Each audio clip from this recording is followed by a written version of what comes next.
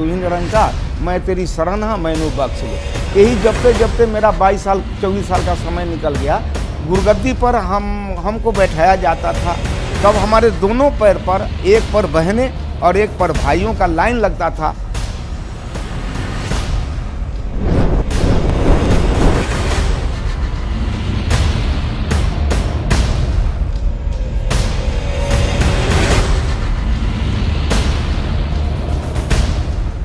नमस्कार सर। नमस्कार सर, क्या नाम है आपका?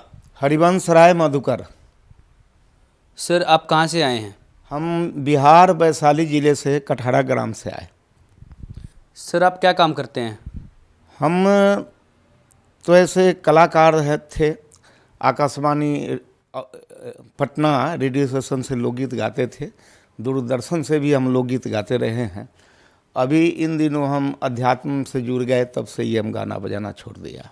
सर, संत रामपाल जी महाराज जी से नाम दीक्षा लेने से पहले आप क्या भक्ति साधना करते थे? हम अध्यात्म से जुड़े हुए थे और प्रभु परमात्मा के पाने की चेष्टा से, लगन से मैं कई मत पथ में गया, जहां हमको इस जिज्ञासा से गए कि हमको प्रभु परमात्मा की जानकारी होगी। और इस कारण से मैंने रामानंद स्वामी के पथ में, वो देहात में चलने वाले बचन वंश कबीर पंथी में, और आर्य समाज में, या वो बाल जोगेश्वर जी में, सतपाल जी में, ठाकुर अनुकूल चंद जी के सत्संग में, और प्रजापिता ब्रह्मा कुमारी के सत्संग में, कई स्थानों पर हम लगभग 13 मिशन में घूमे परमात्मा के दर्शन के लिए। लेकिन कहीं से हमें कुछ प्राप्ति नहीं हुआ। कोई तो आंख बंद करने को कह दिया, कोई कहा ध्यान लगाओ, कोई कहा कर्म नेवली करो, कोई कुंडलियां जागृत करने को कह दिया, किसी ने कहा कि वो नाक के ऊपर दोनों दृष्टि जमा करके देखो, भगवान का दर्शन होगा। बहुत हम परेशान में पड़ गए, देखा कि हर जगह वही बात है, ठगी की बात हो रही है। तब हमें कान में एक शब्द मिला, निरंकारी मिशन का। जो निरंकारी मिशन 1992 में बहुत कम जत्थे में था, और उस समय जब हमारे ध्यान में यह आया निरंकारी मिशन, तो उसमें हमने जाकर के ज्वाइन किया। ज्वाइन करने के बाद में हमें जो ज्ञान दिया गया, कहा गया कि यहाँ प्रभु परमात्मा का दर्शन होता है, और इसी जिज्ञासा से हम उनके पास जाकर के बैठ गए। पहले तो उन्होंने 5 प्रण कराया और कहा कि ये 5 प्रण के बाद प्रकृति का वो नाम गिनाया, सूरज चांद सितारे ये सब भगवान नहीं है, और ये तन मन धन सब परमात्मा का है। और उसके बाद उन्होंने परमात्मा का दर्शन बताया, कहा कि धरती से आसमान तक जो ये खलिया जगह देख रहे हो, ये खाली जगह है, इसी को निरंकार कहते हैं। यही तो निरंकार है, यही ब्रह्म है, और इसको जो जान जाता है वो ब्रह्मन हो जाता है। ब्रह्म जानाति ब्रह्मना, ये जो वेद में लिखा हुआ है, शास्त्र में लिखा यही है। गीता में भी कहा गया है कि ये इसको कोई औजार नहीं काट सकता, बताओ खलिया को कौन काटेगा, ये बम इसको कौन मारेगा, ये किसी तरह से नाश नहीं होता है, यही परमात्मा है। और इसी को मैं सच्चा मान करके इसकी भक्ति करने लगा। और सन 1992 में मैंने 27/12/92 को ज्ञान लिया था, और 24 साल तक इस भक्ति में लगा रहा।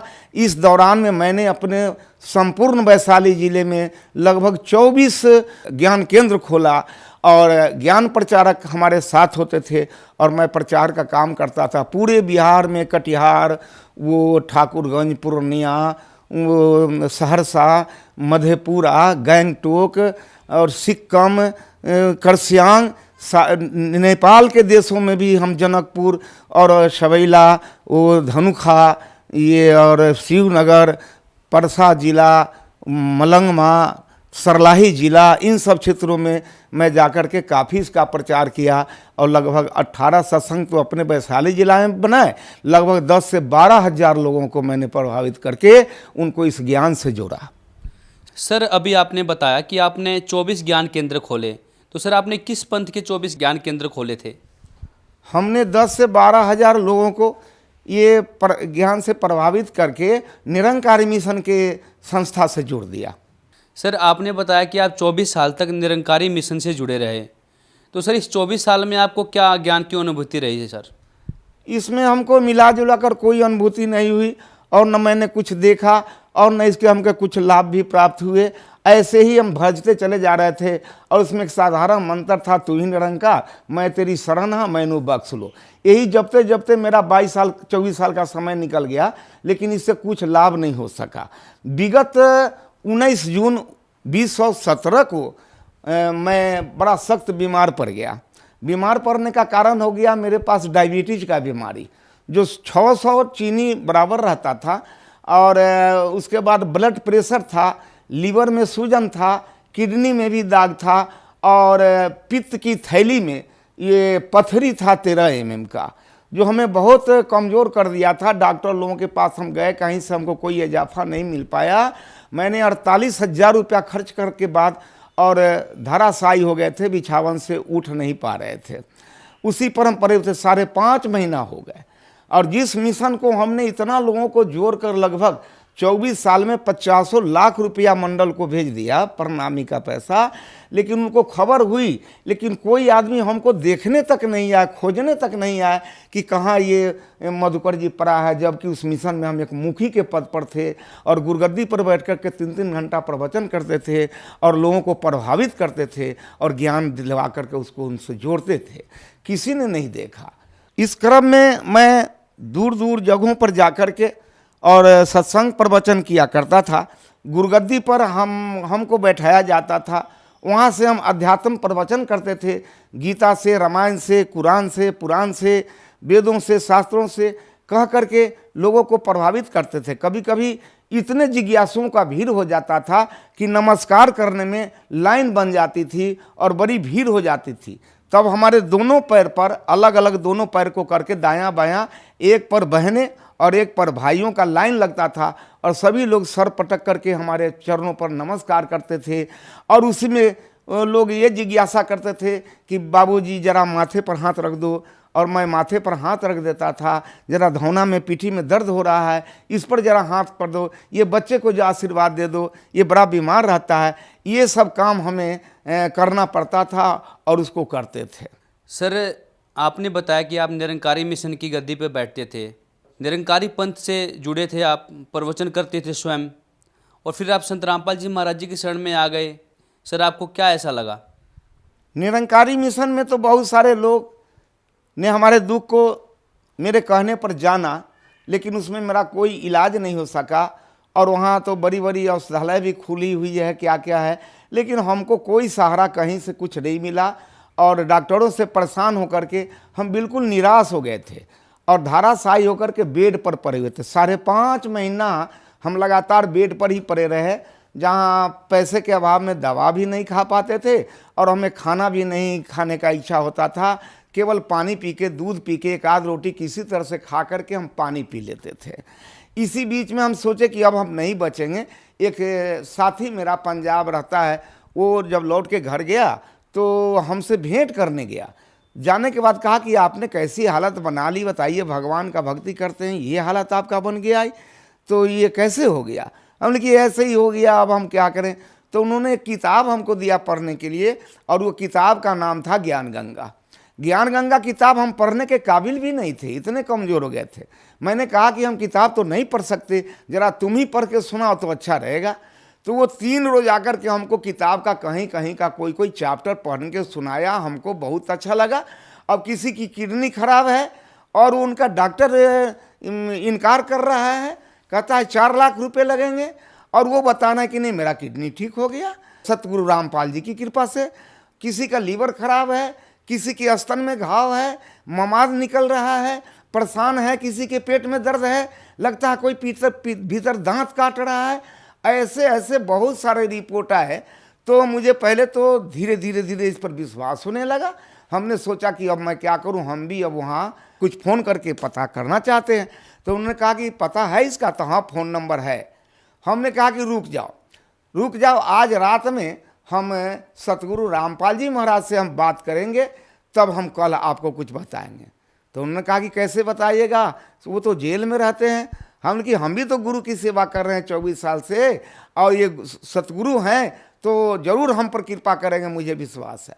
ऐसा सोचकर मैं रात में 9 बजे खाना उना खा करके जब सोने गए, तो हम तो कुछ जानते नहीं थे, हम तो केवल इनका नाम सुनते थे और किताब में फ़ोटो देखा था।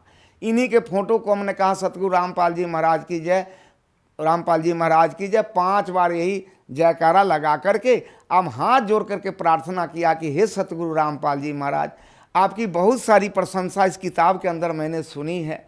बहुत सारे लोगों का बीमारी भी ख़त्म हो गया है, मेरी भी बीमारी ख़त्म करो और मुझे भी ठीक कर दो। अगर ऐसा कर दोगे तो शेष जीवन जो मेरा बचेगा ये हम आपके चरणों में बिताएंगे, आपके चरणों में भक्तों की सेवा करके अपना जीवन बिताएंगे। और ऐसा करिए कि मैं बहुत दुखी हो गया हूँ, अगर ठीक करना है तो आज रात में आकर के आज रात भर में ही हमको ठीक कर दीजिए। 2, 4, 10 रोज लगाइएगा तब इस चीज़ को हम नहीं मानेंगे। ऐसा प्रण करके हम सो गए। कई दिन नींद भी नहीं आ रही थी, उस दिन नींद भी बहुत अच्छा पड़ा। 3:30 बजे भोर की बात है कि हम जहाँ सोए हुए थे उसी में निरंकारी आश्रम चलता था, हर रविवार को सत्संग चलता था। तो रात में 3:30 बजे ये सतगुरु रामपाल जी महाराज वहाँ पहुँच गए। सादा पैजामा, हाफ कुर्ता, गमछा रखे हुए और कुर्ते का रंग थोड़ा हल्का गेरुआ रंग का पहने हुए, हाफ कमीज, और कुर्सी खींच करके उसी जगह बैठ गए। कुर्सी के खींचने का आवाज़ हमको कान में मिला और तब आवाज़ सुन करके हमारी आँख खुल गई। हम देखते हैं कि अरे कुर्सी कौन खींचा। देखते हैं कि सामने में सतगुरु रामपाल जी महाराज बैठे हैं। जैसे वो बैठते हैं उसी तरह से एक पैर पर दूसरा पैर रख करके दोनों हाथ एक साथ करके लगता है जैसे कोई मंत्र कर रहे हो या कुछ कर रहे हो, बैठे हुए हैं। मैंने सोचा कि मैं स्वप्न देख रहा हूँ कि वास्तव में जागृत अवस्था में हूँ, ये समझ में नहीं आया और मैं उनके चरणों में जाकर के नमस्कार किया। फिर उन्होंने पूछा बड़े प्यार से कि बेटे क्यों बुलाए हो हमको। हमने कहा कि दास तो सब 9 बजे रात में ही सब बात आपके चरणों में रख के सो गया है, आप तो अंतर्यामी भी हैं, आप यहाँ आ भी गए, अब हमसे क्या पूछ रहे हैं कि क्या बोला। तो नहीं, तुम ये बोला कि हमको ठीक करना है तो रात भर में ठीक कर दीजिए और नहीं तो 2-4 रोज में करेंगे तो हम नहीं मानेंगे। हम कि जी सरकार ऐसा तो दास बोला है, अब मरता क्या ना करता, बीमारी को तो लाजिम है अच्छा होने का, इसी तत्परता में हम आपके सामने ऐसा बोला है। हो सकता है गलती ही हो गई है, तो आप पिता तुल्य हैं, पिता है ही, आप हमारे माफ़ी करके और हमको ठीक कर दीजिए। हम तो फिर भी यही कहेंगे। हंसने लगे, कहे कि बेटे तुम्हारे सर पर बहुत सारे भार हैं, बहुत सारे बोझ लाद लिया तुम, ये बताओ तुम्हारे चरणों में कितने आदमी का सर गिरा है। हमने कहा इसकी कोई गिनती नहीं है, अनगिनत है। वो 50,000 हजार लाखों लोग इस पर माथा पटके होंगे, इस चरण पर, इसका कोई ठिकाना नहीं है। अब बताओ इतने दिन का जटिल बीमारी तुम कहता रात भर में ठीक कर दो, ठीक तो हो जाओगे।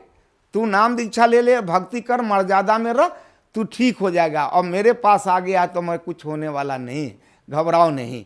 और ये सब पूछ करके और हमको कहे कि जब ठीक है, जब ऐसी ही बात है तो फिर कल से तू ठीक हो जाओ। ऐसा कह के हमारे सतगुरु रामपाल जी महाराज जो आकर के हमको बताए और वहाँ से चले गए। जाने का भी क्रम देखा तो अद्भुत लगा हमको। जैसे हनुमान जी एक पैर नीचे सीधा करके और एक पैर मोड़ करके और ऊपर दक्षिण की दिशा में इस तरह से उड़ गए। बहुत देर तक हम खड़ा होकर देखते रह गए जब तक आंख से ओझल नहीं हुआ और दक्षिण दिशा की तरफ वो चले गए। मैं फिर चौकी पर बैठ गया, जो 6 महीना से उठ नहीं पा रहा था, खा नहीं पा रहा था, चहल टहल नहीं पा रहा था।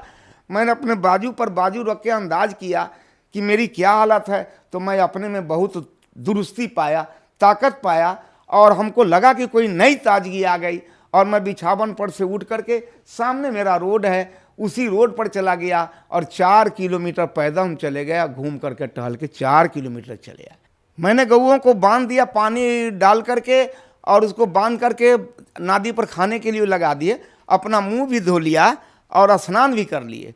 फिर पत्नी के पास आए तो हमने कहा कि, तो देख करके बोली कि क्या कर रहे हैं आप, कहीं मुंह के भरे गिर जाओगे, तुम्हारा 6 महीना से बीमारी आदमी है, कौन सा नाटक कर रहे हैं। उनकी नाटक नहीं कर रहा हूँ, हमारे पास अभी सतगुरु रामपाल जी महाराज का दर्शन हुआ, वो आए थे और आकर के हमको ठीक होने का वरदान दे दिया कि कल से तुम ठीक रहोगे, इसलिए मैं आया हूँ, आज मुझे खाना बनाकर खिलाओ। तो कहा कि जो आदमी खाना नहीं खा रहे हैं, 3 महीना से खब्बे न करते हैं, कोई चीज़ खाना देते हैं तो बिगड़ जाते हैं, गुस्सा करते हैं, अभी खाना कैसे खा लीजिएगा। हमने खिलाओ ना, हमको बहुत भूख लगी है महाराज, हम खाना खाना चाहते हैं।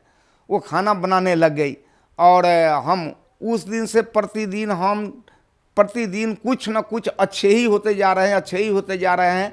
मैंने 13 रोज रास्ता देखा कि मैं ठीक तो हो गया हूँ, नाम दान लूँ कि नहीं लूँ, ये टेम्पोररी ठीक हुआ हूँ कि परमानेंट हो गया हूँ, ये मुझे पता नहीं चल रहा था।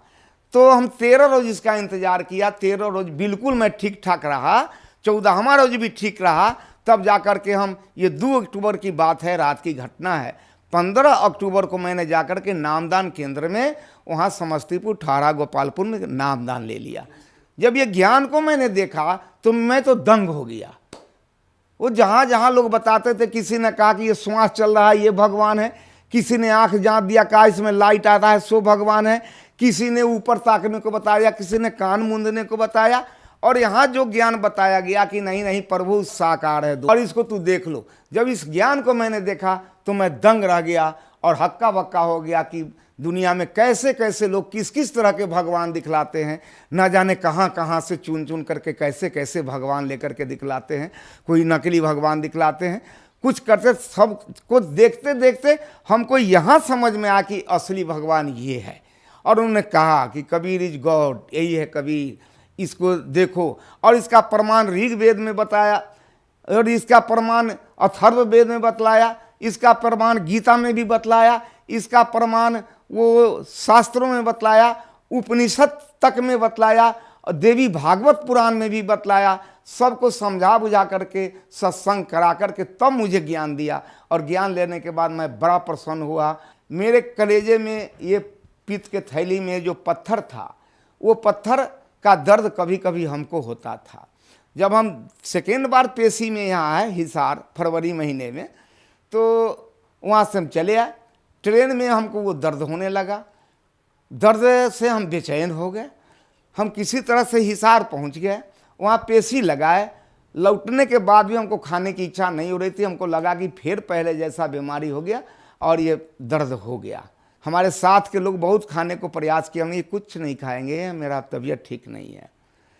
जब दिल्ली से बिहार जाने के क्रम में 5-6 स्टेशन जब आगे गाड़ी बढ़ गई कानपुर के लगभग, तो रात में एकाएक वो रामपाल जी महाराज सतगुरु फिर ट्रेन में आए, और मैंने देखा कि वो आए। आने के बाद में लगता था कि वो किसी को खास व्यक्ति को खोज रहे हैं। आते आते मेरे बेड के पास चले आए, सीट पर मैंने खिड़की की तरफ सिर करके सोया हुआ था, चित्त पड़ा हुआ था। वो सीधे दोनों हाथ को इस तरह से बनाए हुए आए और मेरे कलेजे में दोनों हाथ को घुसेड़ दिया। जब हाथ इसमें घुसेड़ दिए तब हम देखते हैं कि नहीं, एक खुला मड़ई में हम पड़े हुए हैं, मेरा लाश पड़ा हुआ है, और उसमें से हम निकल कर 2 हाथ की दूरी पर अलग बैठे हुए हैं, और मेरे लाश में ये दोनों हाथ समा दिया। वैसा वैसा वहाँ 5-6 लाश और पड़ी हुई थी, जिसको देखकर यह प्रतीत होता था कि मेरे बाद इन सब लाशों का भी ऑपरेशन होगा। दोनों हाथ निकाल करके वो ये क्या कहते हैं, शकरकंद के कच्ची काटा हुआ जैसा, बहुत थाक जैसा, एक थाक निकाल करके इधर रख दिया, इधर से निकाल कर थाक इधर रख दिया, और दोनों को खूब मलमल करके, और उसमें से लार जैसा लस्सेदार उसमें से झाग निकाले, बोतल में पानी रखे हो तो बोतल से पानी रख के मलमल के, और सबको साफ किया, जेब से रुमाल उजला निकाल करके सबको एक एक करके पोंछ को फिर थकिया करके पोंछ कर, और मेरे कलेजे में बाएं साइड में फिर थकिया दिया, इधर वाला भी पोंछ कर दाहिना साइड में थकिया दिया, और उंगली से ऐसा ऐसा ऐसा ऐसा करके मानो जैसे सिलाई कर दिया, और सिलाई करके हाथ से इस तरह से पोंछ दिए, तो वो घाव भी लगा, ख़त्म हो गया। सुबह में हम उठे, लोग पूछे कि मधुकर जी आप रात खाना नहीं खाए, आप कुछ खाओगे? हमने यहाँ खाएंगे, इच्छा है? हमने की बहुत इच्छा है। क्या खाओगे? हम जो खिला दो, भात खिला दो, दाल खिला दो, वो रोटी सब्जी खिला दो, चिवड़ा दही, जो खिलाओगे हम खाएंगे। लोग कहने लगे कि आप कोई चीज़ खाना नहीं चाहते थे, अभी सब कुछ खाना चाह रहे हैं, ये कैसे हो गया? तो हमने कहा कि नहीं नहीं, अब जो बीमारी मेरा था ये सतगुरु रामपाल जी की कृपा से ये अब ख़त्म हो गया, हमको अब लगता है ख़त्म हो गया।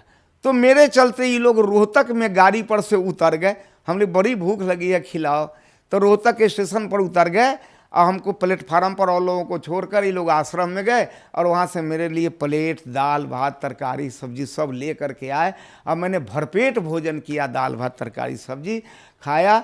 वहाँ से हमें चैन आ गई, फिर लौट करके गए तो रास्ते में लोग फिर पटना में दही चूड़ा भी खिलाया, भूजा भी खिलाया, सारे सामग्री को खिलाया, और उस दिन से हम बिल्कुल ठीक हो गए। अब हमको लगता है कि वो दर्द भी हमको अब स्वप्न के रूप में भी कोई महसूस नहीं होता है कि दर्द हो रहा है या नहीं हो रहा है। वो लगता है अब है ही नहीं, वो पत्थर उथर सब खत्म है सतगुरु रामपाल जी महाराज की कृपा से। सर एक बात बताइए, आप 24 साल से निरंकारी मिशन से जुड़े हुए थे, यहाँ तक कि आप गुरु पद पे थे और आप वहाँ पर प्रवचन भी देते थे, लेकिन फिर आप संत रामपाल जी महाराज के शरण में आए। संत रामपाल जी महाराज जी के ज्ञान में और निरंकारी मिशन के ज्ञान में आपको क्या भिन्नता नजर आई सर? निरंकारी मिशन के ज्ञान में और ये संत रामपाल जी के महाराज के ज्ञान में बहुत अंतर आया, क्योंकि यहाँ स्पष्ट रूप से बताया जाता है और वहाँ एक मानने की बात कही जा रही है कि मानो, ये मान लो कि यही भगवान है, यही खलिया है सो भगवान है। और यहाँ जानने की बात कही जाती है कि जानो कि ये भगवान है। यहाँ दिस की बात है, यह की बात है, वहाँ दैट की बात बताई जा रही है कि वह भगवान है। अब पता नहीं वो कहाँ है, सातवां आसमान के ऊपर है या नीचे है, क्या है नहीं है, कुछ भी नहीं है। सर जो श्रद्धालु आपको देख रहे हैं और जो श्रद्धालु निरंकारी मिशन से अभी भी जुड़े हुए हैं, आप उन्हें क्या संदेश देना चाहते हैं? जैसे कि दास 24 साल अपने जीवन का मूल समय, जवानी का समय इस निरंकारी मिशन में फंस करके कहाँ कहाँ अपने पूरे बिहार के बाहर भी, नेपाल के देशों में भी जा कर के कई जगह स्थानों पर जाकर के प्रचार प्रसार किया। अपना जीवन तो गंवाया लेकिन अपनी खुद रक्षा नहीं कर सका। आप लोगों को मालूम है, अच्छी तरह आप जानते हैं कि पिछले वर्षों में निरंकारी मिशन के प्रवर्तक सम्राट मुखिया जो जिनके द्वारा ये सत्संग का कार्यक्रम चल रहा था, वो खुद ही ये डेनमार्क में 4 चक्के गाड़ी पर एक्सीडेंट होकर के मर गए। दास को बड़ा झटका लगा कि जिनके भरोसे पर मैं मोटरसाइकिल चलाता हूँ और उनका नाम लेता हूँ कि हे परमात्मा आप मेरी रक्षा करो, आप मेरी रक्षा करना, उनके नाम पर मैं खुद गाड़ी चलाता हूँ और जो गाड़ी से एक्सीडेंट करके मर गए तो मेरा क्या होगा, मेरी रक्षा कौन करेगा। और मेरे जेहन में ये बात आया कि जो स्वयं का मक्खी नहीं उड़ा सकता वो मेरा कुकुरमाची क्या उड़ा देगा। और बड़ा ठेस पहुंचा मुझे और तब से मैं संकल्प लिया कि नहीं नहीं नहीं, इस मिशन को तो कल छोड़ना है। अभी भी हमारे जितने इसके अंदर में बैठे हुए लोग, चाहे संसारिक हों या जगत हों या भगत हों या हमारे निरंकारी मिशन के लोग हों, मैं उनसे ही प्रार्थना करूंगा कि मेरे जैसे सोचा बेचारी करके, बिना जाने बिना पहचाने झूठी बड़ाई करके अपना 24 साल का जो मैंने जीवन नाहक में बर्बाद कर दिया और बीमारी का शिकार बन गया, लेकिन कोई मेरी हाल पूछने के लिए नहीं आया कि तुम्हारी क्या हाल है।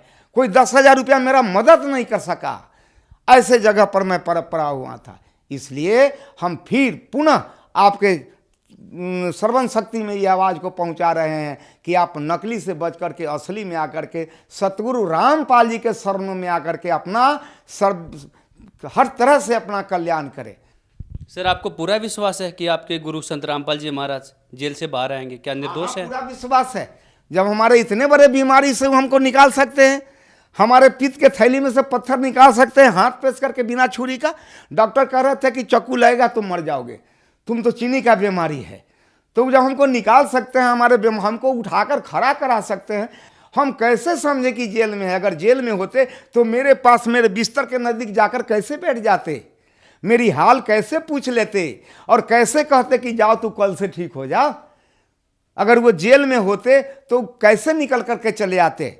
आज मैं मोटरसाइकिल चलाता हूँ और सत्संग में जाता हूँ, हर काम मैं कर रहा हूँ उनके कृपा से। तो क्या वो बाहर आएंगे? ये बड़ी बात है। इस हमारे साथ जो घटना घटी इससे बहुत छोटी बात है। वो यहाँ आकर के ही रहेंगे और उसमें ज़्यादा दिन नहीं है, बहुत शीघ्र ही आएंगे।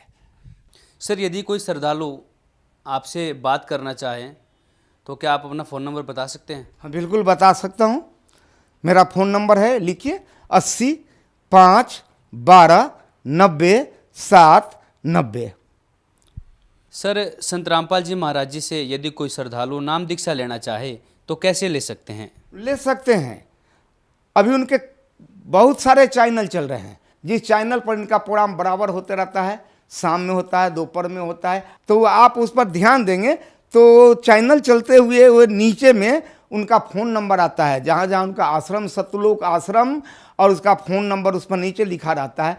उसी फ़ोन नंबर को आप नोट कर लीजिए और उसी फ़ोन नंबर से आप पूछ लीजिए, आपको बता दिया जाएगा कहाँ एरिया है, किस जगह रहते हैं, आपके नज़दीक में कौन सा नामदान केंद्र नज़दीक पड़ेगा। वहाँ जा कर के आप आसानी से ज्ञान ले सकते हैं, नामदान ले सकते हैं और अपने जीवन को बदल सकते हैं, अपने जीवन को सुहेला कर सकते हैं। आप जिस वासी देश का हैं, अपने देश को आराम से आप जा सकते हैं। आपको पहुंचाने वाला आपको सारथी मिल गया है, आपको पहुंचाने वाला वो सतगुरु रामपाल जी मिल गया है, जो इस आत्मा को अमरलोक पहुंचाता है। बहुत बहुत धन्यवाद सर। धन्यवाद।